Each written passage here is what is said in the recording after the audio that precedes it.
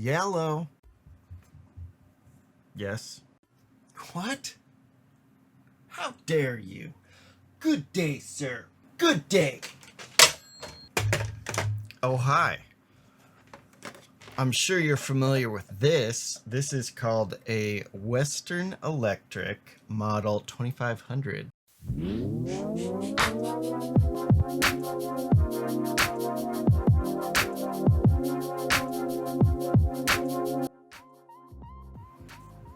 Hello? Yeah, I'll be right there. I'm sure you're familiar with this, and if you are, you've come to the right place, because this is a Western Electric Model 2500. It's probably the standard for telephones, or has been for many, many years. Before this model, there was one with rotaries that goes all the way back to, I think, the 1930s or so. This one came out in 1967. Before this one, in 1963-64, there was the Model 1500, which was exactly the same as this, except the star and pound keys were not here because those had not been introduced yet. But in 1967, these two were added, and then it became the Model 2500. And this comes in all sorts of different colors, but this is probably one of the most common, this sort of beige color. There's browns, there's blues, there's clear, there's all kinds of stuff. So this one I got at a thrift store for about $5. So I have made it a mission to get this to actually make calls, because I like hearing the old school bell on these things, which you don't hear anymore, and it's kind of satisfying. So I wanted to get that working. So how would you actually use one of these phones today if you don't have a landline? And a lot of people do not have a dedicated landline anymore, and I am one of those people, because who wants to pay for that when you have a cell phone in your pocket? So for fun, I went out and got a device so that allows me to use one of these phones over the internet. And there's a company called ObiHai. This is what the box looks like. And you can get, they make a whole bunch of these. Make sure that the one that you get is compatible with Google Voice is what I recommend using. There's other things you can use, but some of them you have to pay for. So Google Voice is free. You can get it through your Google account. You just have to kind of dig in there and find it. And then you select a number, and then you can make calls for free over the internet or through an actual phone if you set it up correctly with one of these. The one I'm using is called an OB202. It's got 2 ports. This is a OB300 that I got from somewhere. This one doesn't actually work with Google Voice, but I'm going to show it to you anyway, just because the principle's the same. It's got power.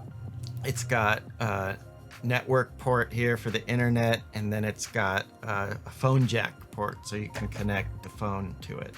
Pretty simple. You got to make an account with the ObiHai website, and then you just follow the steps. You put in your Google Voice number, and then you tell it what you want it to do. It sets it up, and then you just leave it. So that's what I did, and it works. It's really easy. The other thing that I did is I bought an old Panasonic EASA phone. That's EASA, EASA phone answering machine, and this is a tape-driven answering machine. I got it also for a couple bucks at a thrift store, which is, you always take a gamble when you buy stuff at a thrift store, and this was no different. I mainly bought it just because I thought it was cool that it used full-size cassette tapes instead of the mini tapes. Because then you could take the cassette tape out and put it into your stereo system, and then you can do other things with it, like get it into a computer or something easier if somebody leaves you a really funny message or something like that. So I thought that was cool about it. And it's got this sweet wood grain finish to it, which I am a sucker for. And so I assume it's from the 80s. I can't find much information about it, but Panasonic made tons of different EASA phone answering machines over the years, and this is one of the earlier ones.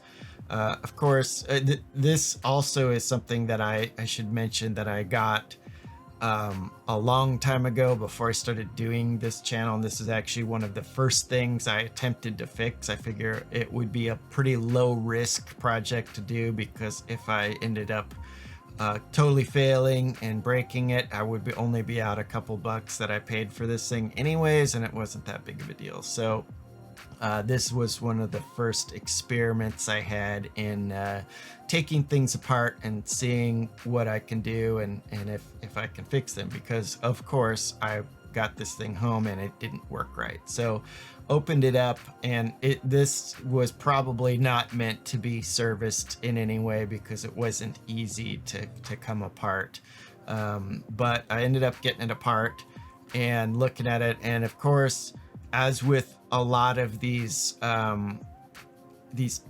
old tape-driven things, the belts always snap. So it was an old belt, it had broken, and then I got a cheapo new belt and put it on there. Unfortunately, in trying to fix this thing, the wheel that the belt goes around snapped off, and the plastic part that keeps the belt in place broke. So I had to super glue it back together.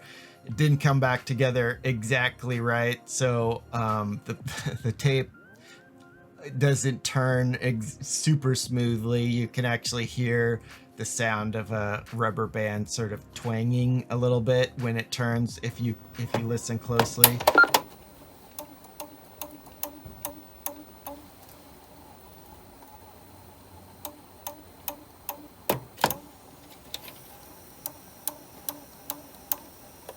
Not ideal, but again, this was just sort of a for fun experiment just to see what would happen.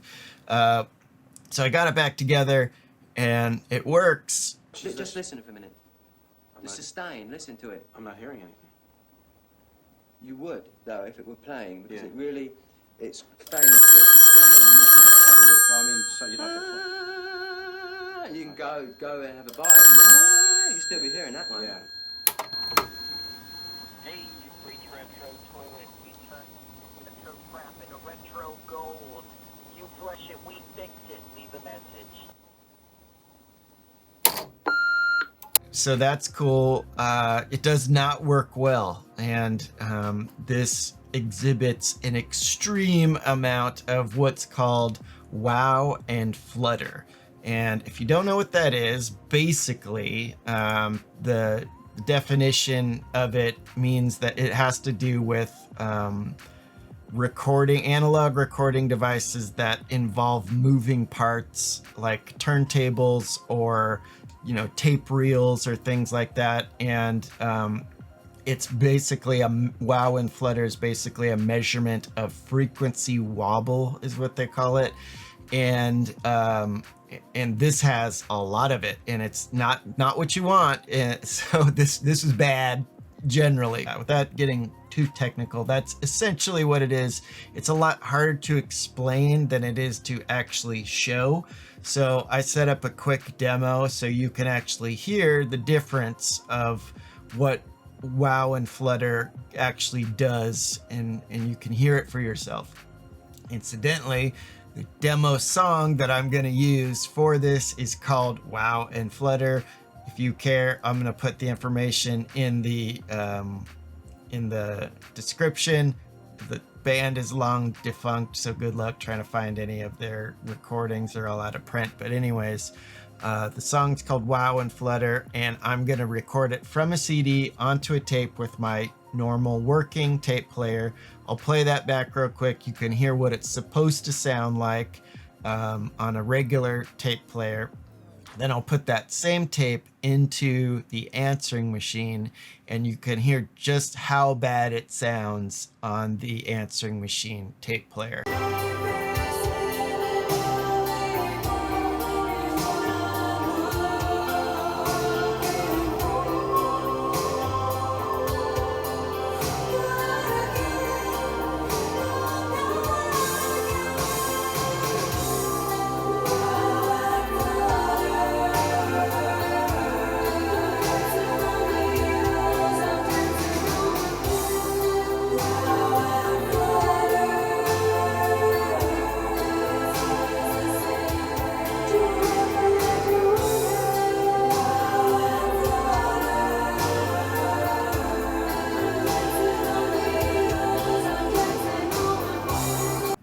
I'm going to play that back, and you can see that it sounds fine. There's no problems.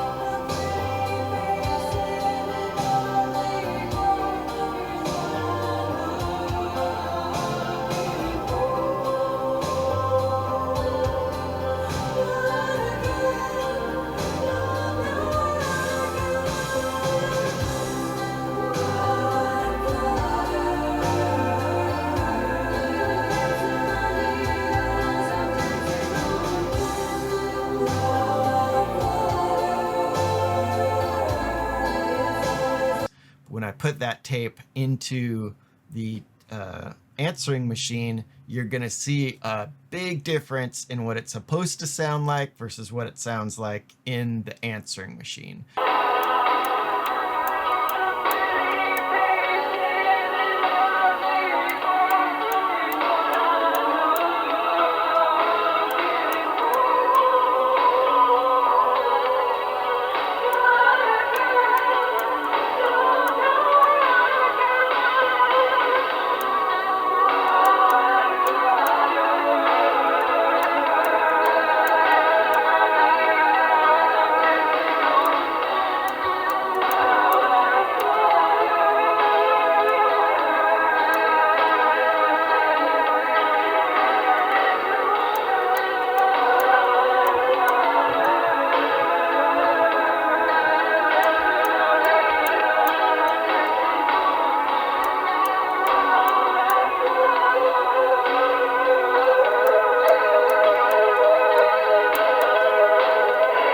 That was a hot mess inside a dumpster fire, inside a train wreck. It was a disgrace. This one, as no surprise, has lots of wow and flutter. And what that amounts to is when you leave a message on this, it's sort of like a funhouse mirror for your voice. So your voice is going to sound all sorts of weird and distorted, which I think is kind of funny. So I'm going to leave it that way. So what's the point? Why did I do all this? Well, I don't know, because it's fun. It's a stupid project to do. So I created a Google Voice account just for this experiment. I got the Obi device, so that translates the Google Voice account into a landline. I got the cheapo phone, the Western Electric 2500 from the thrift store. I got the EASA Phone Panasonic answering machine. I think I paid the most for the Obi device. I think that was probably 50 bucks or something. The rest of this stuff cost $10 total probably. And what I'm also gonna do is I set up a special Google Voice line just for this, called the Retro Toilet Hotline, for you, the viewer, to call and leave stupid messages on my stupid machine. As stupid as possible. 707-276-6126, and you can see what that spells. I got that in the randomized Google Voice choices. That was clearly the best one I could have picked for this channel. So enjoy. Please give me a call, leave me a stupid message. Thanks. The Retro Toilet Hotline. Call now. Operators are standing by.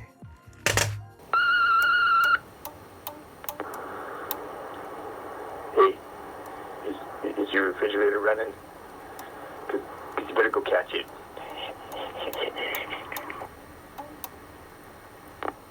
You know what, this was dumb. Dump it. Trash it. This was garbage.